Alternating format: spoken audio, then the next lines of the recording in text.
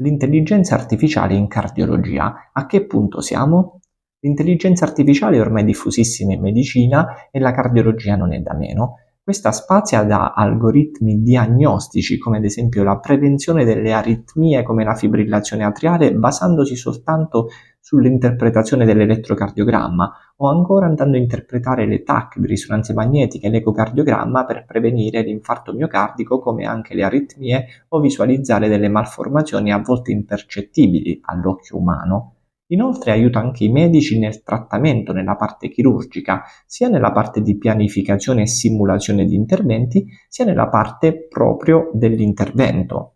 Se vi interessa questo argomento e tanti altri, vi invito a seguire i miei canali social Facebook, Instagram e YouTube, Dr. Placentino Filippo, cardiologo e aritmologo.